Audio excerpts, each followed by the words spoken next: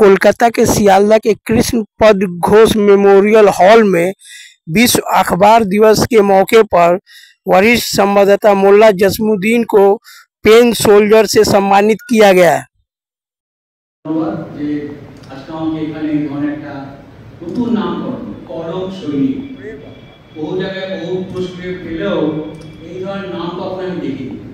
কৃষ্ণপ্রসাদ কি করে যে এই ধরনের একটা আলোচনা সভার ব্যবস্থা করলো, এটা ওকে ধন্যবাদ দিয়ে ছোট করা যায়। মানে যথেষ্ট বড় কাজ এটা।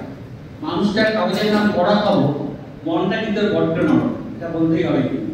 এবং যেভাবে বন্ধু সাংবাদিকদের আজকের দিনে দাঁড়িয়ে সম্মান জানাচ্ছে, আমি তো এই পেশায় 45 বছর কাটিয়ে দিলাম। শুধু তাই না, আজ কৃষ্ণপদ মেমোরিয়াল হলে কি অনুষ্ঠান হলো?